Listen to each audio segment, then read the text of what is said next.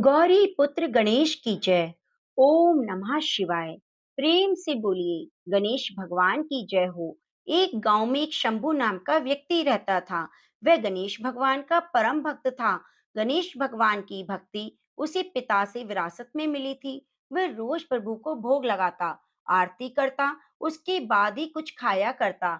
गणेश भगवान की उस पर विशेष कृपा थी। उसके घर में किसी चीज की कमी ना थी। केवल उसकी पत्नी को छोड़कर। उसकी पत्नी का नाम तो शांति था, परंतु वह बिल्कुल अशांत थी। उसे भगवान की पूजा करना बिल्कुल पसंद नहीं था।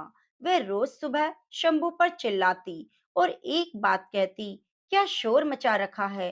रोज रोज घंटी बजाकर, शंख बजा बजाकर पूरा गांव इकट्ठा कर लेते हो। बहुत समझाता, पर वह समझने वाली कहाँ थी। एक दिन शंभू को किसी काम से बाहर जाना पड़ा।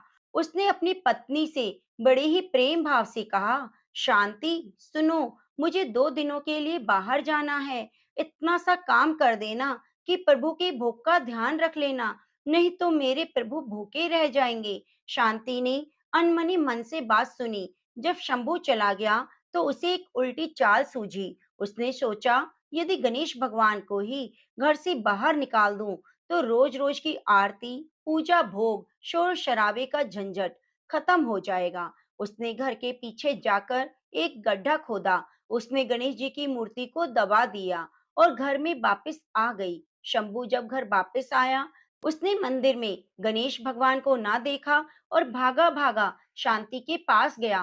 कहने लगा, शांति, मेरे प्रभु कहाँ हैं? वे मंदिर में नहीं हैं। शांति अनजान बनकर बोली, मुझे तो पता नहीं। कल रात ही तो मैंने धूप आरती और भोग लगाया था। शंभू पागलों की तरह गणेश भगवान को पूरे घर में खोजता रहा। उसे मन ही मन पता था कि यह काम तो शांति का है। उसी ने मेरी पूजा पाठ पसंद नहीं।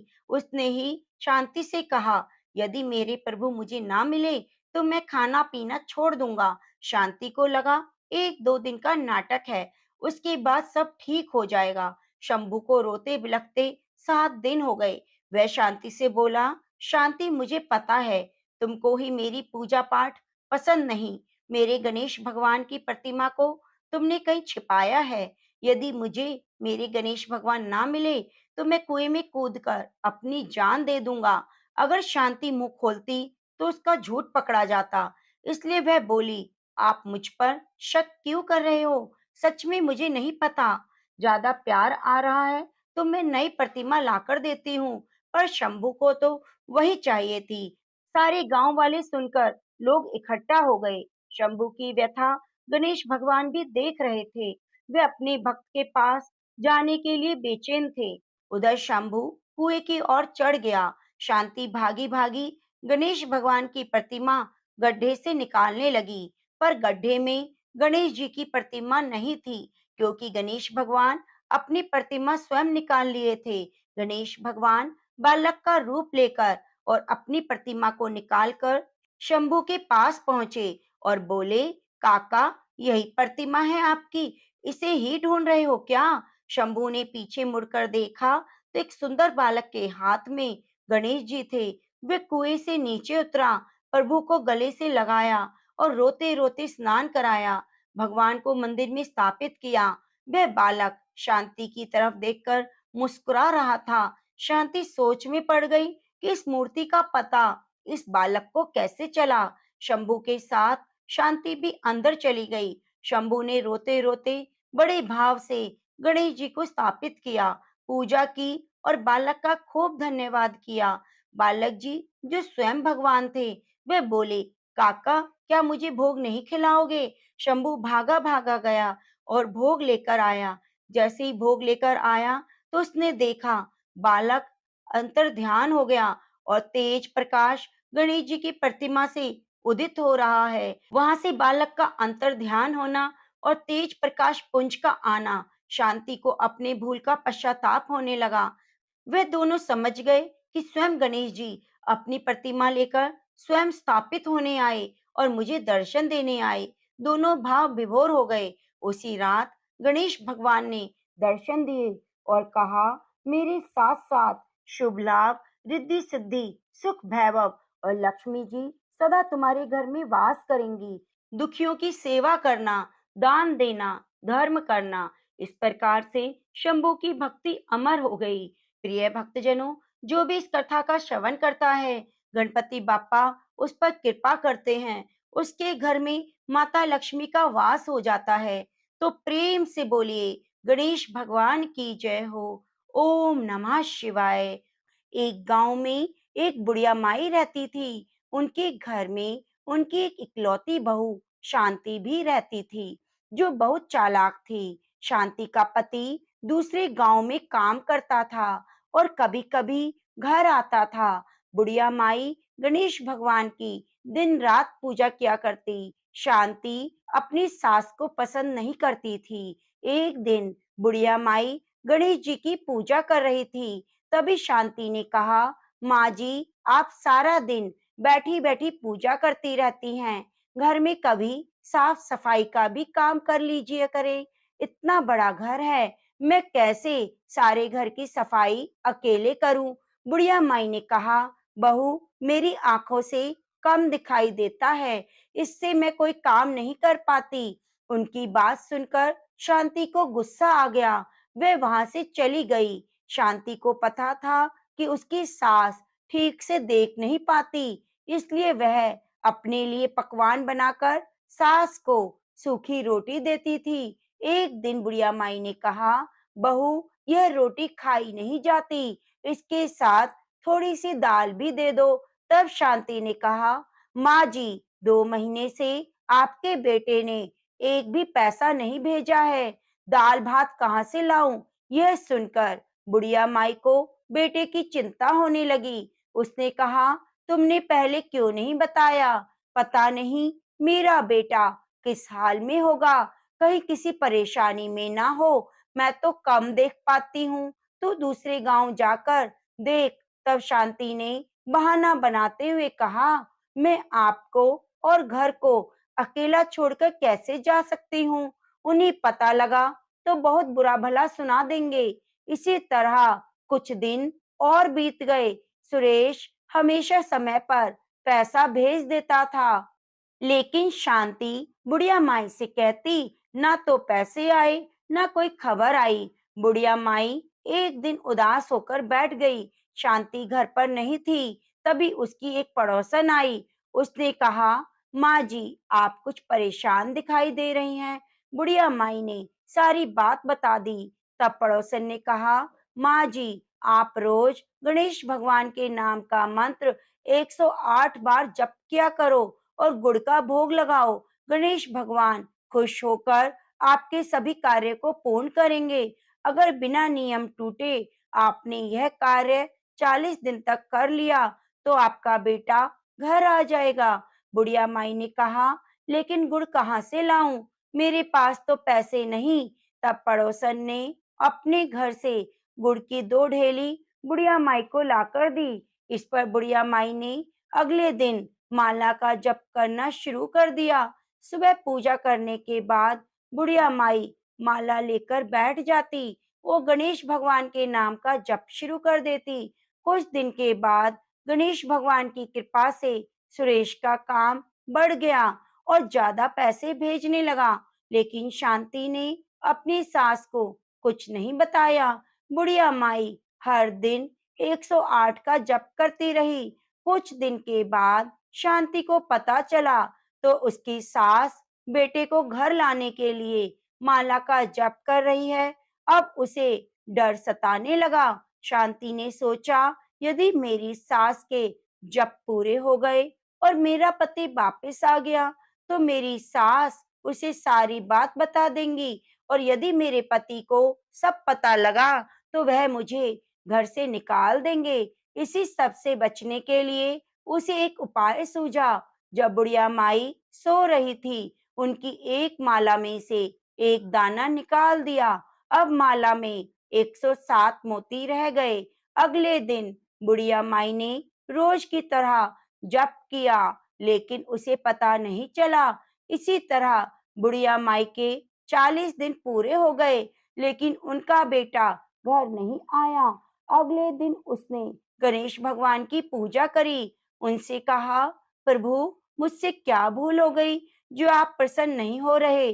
मेरे बेटे को घर भेज दीजिए, मुझे कुछ नहीं चाहिए। मुझे रात को जब बुढ़िया माई सोई तब सपने में गणेश भगवान ने दर्शन दिए और कहा, माई तेरी बहू ने माला में से एक मोती कम कर दिया था, इसलिए जिस माला से तुम जप कर रही थी वह अधूरी थी, लेकिन तुम्हारी भक्ति और सच्चे प्रेम से मैं प्रसन्न हूँ। अगली पूर्णिमा के दिन तुम्हारा बेटा घर आ जाएगा, किंतु तुम्हारी बहू ने मेरी पूजा में विघ्न डाला है, इस कारण वह अपने पति को नहीं देख पाएगी। यह कहकर गणेश भगवान अंतर्ध्यान हो गए।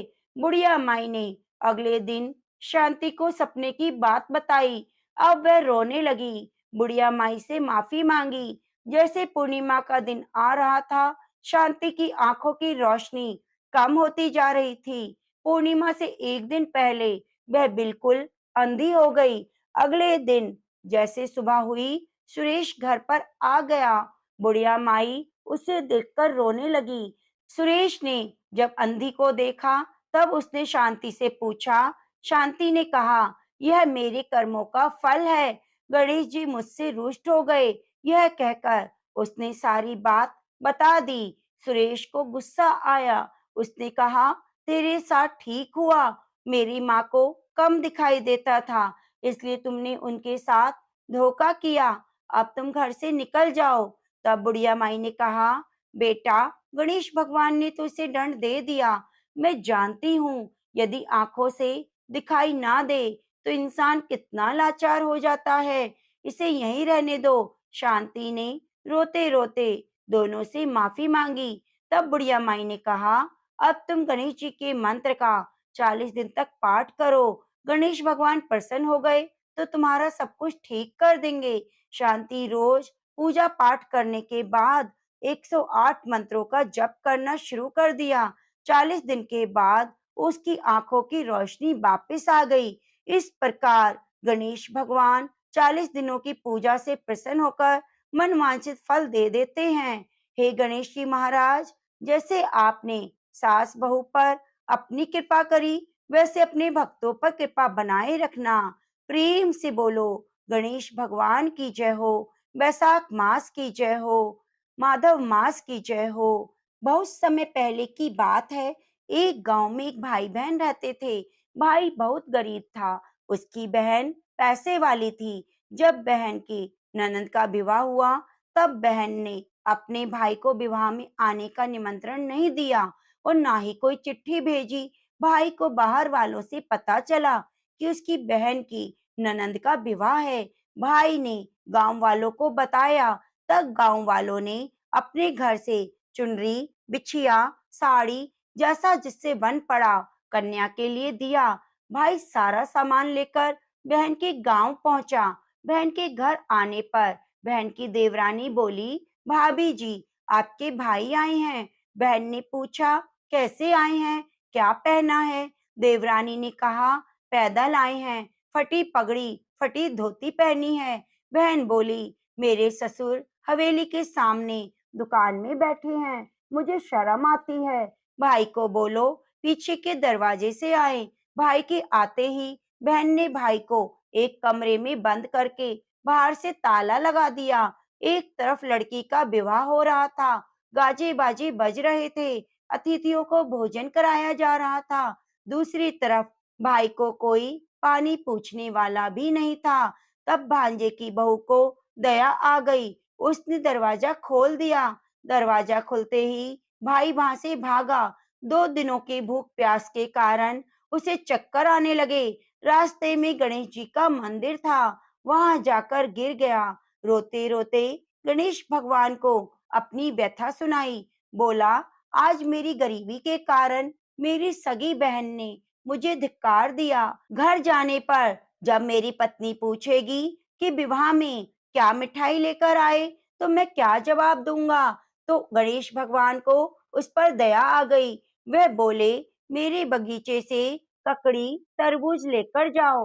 भाई ने ककड़ी तोड़कर झोला भर लिया और तरबूज ले लिया। वह अपने घर गया। घर जाते ही बच्चों ने पूछा, पिताजी, बुआ के यहाँ से क्या लेकर आए? झोला खोलते ही छोटे तरबूज सोने की गेंद में बदल गए। बाकी तरबूज काटे तो उसमें हीरे मोती निकले। पत्नी बोली, आपकी बहन ने तो बहुत कुछ दिया, आप इतना क्यों लेकर आए? भाई ने कुछ जवाब नहीं दिया। गणेश भगवान की कृपा से उसके दिन बदल गए। भाई का काम धंधा जोरों से चलने लगा। धीरे धीरे गहने बनवा लिए, मकान बनवा लिया। पत्नी बोली, ननंद को बुलाकर लाओ। भाई नए कपड़े जूते पहनकर रथ में बैठकर बहन को लेने गया। देवरानी बोली, भाभी जी, आपके भाई आए हैं। बहन ने पूछा, कैसे आए हैं, क्या पहना है? देवरानी बोली, रथ में बैठकर खूब ठाट बाट के साथ आए हैं। बहन बोली, मेरे भाई को बोलो हवेली के सामने से आए, मेरे ससुर देवर जेठ देखेंगे। भाई का बहन ने खूब स्वागत किया। भाई बोला, मैं तुम्हें लेने आया हूँ। बहन बोली, मुझे भी बहुत दिन हो गए, चलो मैं भी चलती हूँ।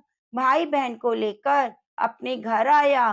भाई और उसकी पत्नी ने बहन का खूब आदर सत्कार किया। जो चीजें मांगी सब बनवा कर दी। बहन बोली, मुझे जूती चाहिए। भाई ने मोची को बुलाया और कहा, मेरी बहन के लिए ऐसी जूती बनाओ जो मुंह से बोले। भाई ने बहन को बहुत सारा धन देकर विदा किया, पर वह जूती अभी तक नहीं आई। बहन रवाना होने लगी तो मोची जूतियां लेकर आया। बहन के जूती पहनते ही जूतियां बोली, निर्धन भाई की पैसे वाली बहन, गणेश जी का बगीचा नहीं होता तो आज क्या करती? बहन तब भाई की पत्नी से पूछा, ये आवाज कहाँ से आई? भाई ने कहा, सुबह का समय है, कोई जीव जंतु बोल रहा होगा। भाई ने घोड़े गाड़ी को जल्दी से जाने को कहा। बहन के जाते ही पत्नी जिद कर कर बैठ गई कि जूतियां क्या बोल रही थीं। तब पति ने अपनी पत्नी को सारी बात बताई कि कैसे बहन ने मुझे 2 दिन तक भूखा बंद किया। भांजे की बहू ने दरवाजा खोला, तब मैं बाहर आया, गणेश जी की शरण में जा पहुंचा। गणेश भगवान की कृपा से हमारे दिन बदल गए। तब पत्नी को उसने सारी बात बता दी। पत्नी बोली, अगर मुझे मालूम होता तो मैं आपकी बहन को कुछ ना देती, सब कुछ वापस लेकर आओ। तब पति बोला, सुहासिनी के आशीष से ही गणेश भगवान ने हमें सब दिया। अगर वह मुझे बंद ना करती, मैं गणेश जी के मंदिर क्यों जाता? क्या मैं अपना दुखड़ा गणेश जी को सुनाता? तुम अपना मन मैला मत करो, अपने घर पर तो गणेश जी की कृपा है, किसी चीज की कमी नहीं। फिर दोनों ने गणेश जी के सामने सर झुकाकर प्रणाम किया और गणेश भगवान का जयकारा लगाया। प्रेम से बोलो, गणेश भगवान की जय हो। हे गणेश जी महाराज, जैसी कृपा आपने गरीब भाई पर करी, वैसे ही अपने सभी भक्तों पर कृपा बनाए रखना। कहानी अधूरी हो तो पूरी करना, पूरी हो तो मान रखना। प्रेम से बोलो, बैसाख मास की जय हो, माधव मास की जय हो।